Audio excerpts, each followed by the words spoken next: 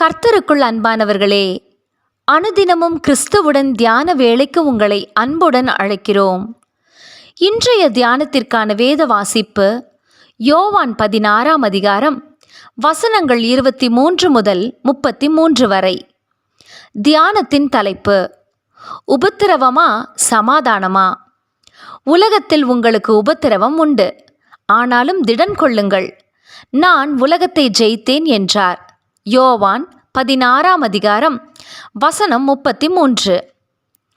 இன்று நமது தேசம் இருக்கின்ற நிலையில் யாரை கேட்டாலும் சமாதானமாக இருக்க முடியாது என்றுதான் சொல்லுவார்கள். நாளுக்கு நாள் தற்கொலைகளும் அகால மரணங்களும் அதிகரித்த வண்ணமே இருக்கின்றது. அப்படியானால் நாம் சமாதானத்தை எங்கே தேடுகிறோம்? உபத்திரவம் பெருகி கிடக்கும் இடத்தில் சமாதானம் இருக்க முடியுமா? இங்கே என்னிடத்தில் உங்களுக்கு சமாதானம் உண்டாயிருக்கும் பொருட்டு இவைகளை உங்களுக்கு சொன்னேன் என்கிறார் இயேசு. இவைகள் என்றால் எவைகள்? இதற்கு மேலே பல விஷயங்களை அவர் சொல்லிக்கொண்டே வருகிறதை நாம் வாசிக்கலாம்.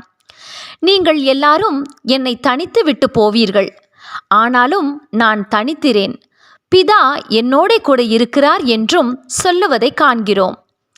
இயேசு இவ்வுலகத்தில் இருந்தபோது அவரும் பல கடினமான பாதைகளுக்கூடாக கடந்து சென்றார். அவர் தனித்து விடப்பட்ட நிலைக்குள் தள்ளப்பட்டார். அவர் எந்த ஒரு மனிதனை சார்ந்தோ அல்லது தமது சீஷரை சார்ந்தோ இருக்கவில்லை. அவர் எப்போதும் பிதாவையே சார்ந்திருந்தார்.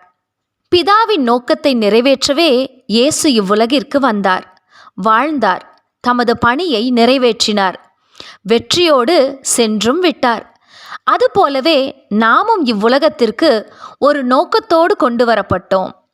அப்பணியை நிறைவேற்றுவதற்கு நாம் இயேசுவில் சார்ந்திருப்பது மட்டுமே நமக்கு தேவை.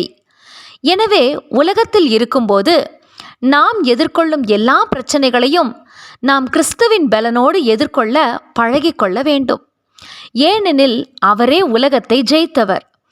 அதை போன்று நாமும் உலகத்தை ஜெயித்து அவர் பணியை முடிக்க வேண்டும். தேவ பிள்ளையே, உலக வாழ்வில் இன்றும் நமக்கு உபத்திரவங்கள் உண்டென்று நம் ஆண்டவரே கூறியிருக்கிறார். ஆனால் உலகத்தை ஜெயித்தவர் அவரே. அவர் நம்முடன் இருக்கும்போது நமக்கு என்ன கவலை? நாம் அதிக உபத்திரவங்களுக்கு முகம் கொடுக்க வேண்டிய காலங்கள் வருகிறது. ஏனெனில் உலகம் உண்டானது முதல் இதுவரைக்கும் சம்பவித்திராததும் இனிமேலும் சம்பவியாததுமான மிகுந்த உபத்திரவம் அப்போது உண்டாயிருக்கும்.